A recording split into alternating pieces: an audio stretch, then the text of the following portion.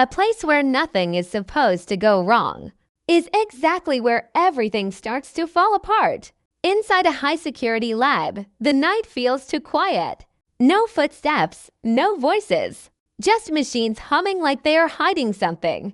The lights flicker once, then again, and then a loud alarm suddenly breaks the silence. A door that was locked from the inside now stands slightly open, as if someone walked out without permission, or without being seen. Security cameras show movement for a second. A man in a lab coat rushing through the hallway. His hands shake as he types something fast on a keypad. Then nothing. The screen goes black. Not slowly. Not with warning. Just gone. Like the camera was never there. This is not a normal break-in. Nothing is stolen in the usual way. There are no signs of force from the outside. Instead, everything looks like it was controlled from within, clean to clean. As if whoever did this knew every corner of the building, better than the people who built it.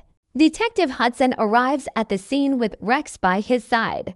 The moment Rex steps inside, his behavior changes. His ears stay alert. His eyes scan every direction. He does not move like a normal search dog. He moves like he already knows something is wrong. Hudson notices it right away. This is not just another case. The air feels heavy, like the building itself is holding its breath.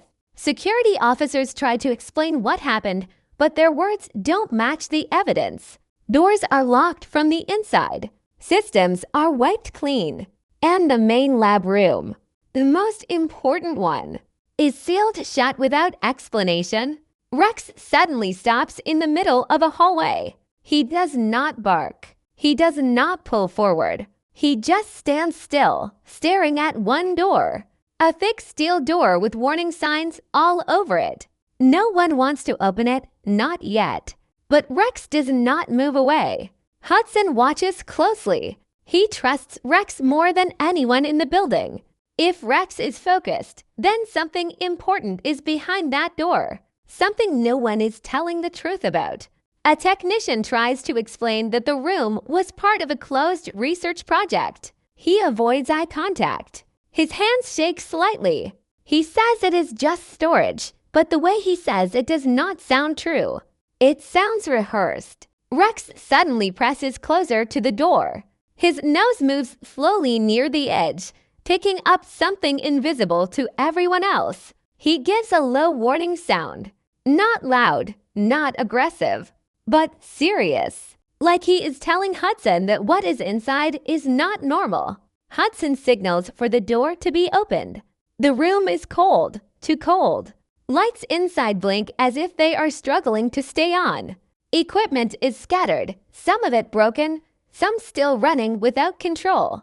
On the center table, papers are missing, torn out, as if someone only took what they needed and left the rest behind. But Rex does not look at the table. He moves directly toward the back corner. There, faint scratch marks are visible on the floor. Not from tools, not from machines. Something moved here. Something heavy enough to leave marks, but careful enough not to break anything around it. Hudson crouches down, studying the marks. This is not random damage. This is direction, a path, a trail that leads somewhere deeper into the building. Rex sniffs again and steps back slightly, as if the scent he found is not just strange, but familiar in a way that confuses him. Hudson feels it now too. This case is not just about what was stolen or what was destroyed. It feels like something was released, something that was not meant to leave this place. And whatever it is, Rex already knows it is still out there. Inside the lab, every step feels controlled, but nothing feels honest. The deeper Hudson and Rex move into the building, the more it becomes clear that this place was not just a research facility. It was something tighter, more secret, almost like a locked world inside the city.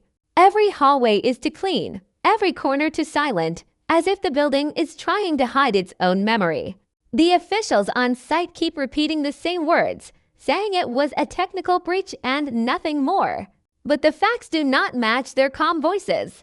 The main servers were wiped in a way that looks intentional. Backup systems were disabled one by one, not all at once. That means whoever did this knew the system from inside. Not just access, but structure. That detail makes Hudson stop listening to explanations and start focusing only on what is missing. Rex moves slowly now, not distracted, but deeply focused. His behavior is different from normal cases. He is not reacting to loud smells or obvious clues. Instead, he is tracking something subtle, something layered under chemical traces and human presence. His nose stays low near the ground, but his eyes constantly shift towards sealed doors and restricted zones, as if he is connecting invisible dots. Hudson notices that Rex avoids certain areas completely, especially the main control corridor. It is unusual. Rex does not avoid places unless something inside those places feels wrong at a deeper level.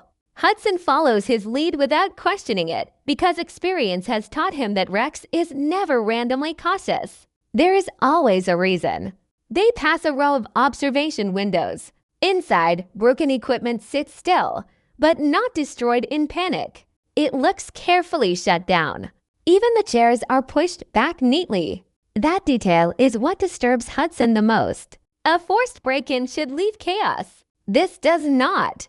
This looks like someone finished their work and left on purpose. A lab technician walks behind them, trying to explain again, but his voice shakes more than before. He mentions a containment failure, but stops mid-sentence when Rex suddenly turns toward him. Rex does not bark or growl. He simply stares. That stare alone makes the technician step back. It is not aggression. It is recognition. Like Rex is measuring something inside him.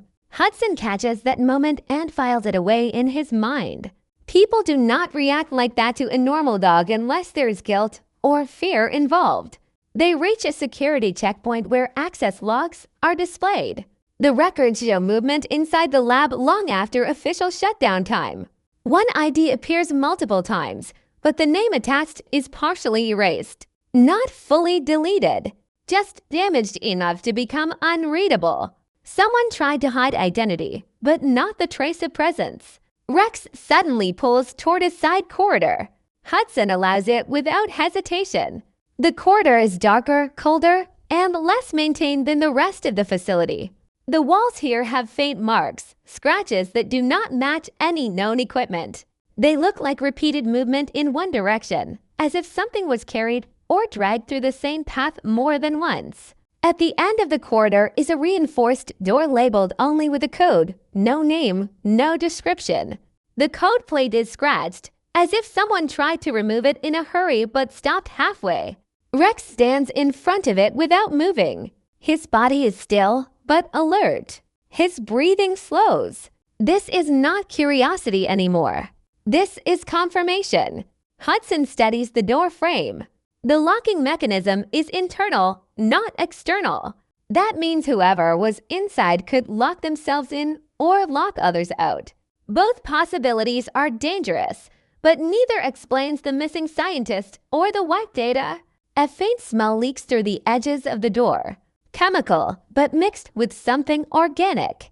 Not clean lab material. Something else layered underneath it. Rex reacts instantly to it, stepping slightly closer, then stopping again, like he is unsure whether he is allowed to continue. Hudson places a hand on the door surface. It is colder than expected, almost like it has been isolated from the rest of the building for a long time. He signals for access override, but the system refuses. The door does not respond, not even to emergency commands. That is when Hudson understands something important. This door was not meant to open easily, and whatever is inside was either protected or locked away for a reason no one is admitting. Rex takes one slow step forward and presses his nose near the bottom edge of the door. He exhales softly, then pulls back. It is a strange reaction, not fear, not excitement. More like memory. Like something inside that space is not entirely unknown to him. Hudson looks at Rex and then at the sealed door again. The investigation has stopped being about what happened in the lab. It has become about what was hidden inside it from the very beginning. Rex's behavior shifts the moment they leave the sealed corridor. It is not loud or dramatic, but subtle changes that only someone who knows him well would notice. His pace becomes more controlled, his nose stays closer to the ground, and his attention is no longer scattered between rooms. Instead, it is locked on one invisible trail that seems to guide him forward without hesitation. Hudson follows quietly, trusting that instinct more than any report or official explanation. The lab around them continues to feel wrong, not because of what is visible, but because of what is missing. Sound feels reduced, like the building itself is absorbing it. Even footsteps seem softer here, as if the ground has learned to hide movement. Rex suddenly stops near a junction where two hallways meet. He does not look confused. He looks certain. His head turns slightly to the left corridor, then back to the right, but his body already chooses the left path. Hudson notices that Rex's ears are not just listening for sound, but for direction. Something in that direction is pulling him. As they move, Rex begins to pick up speed in short bursts, not running fully, but moving with purpose. He pauses every few meters, checking the ground, the walls, even the air. His reactions suggest that whatever he is tracking is not static. It has moved through here recently.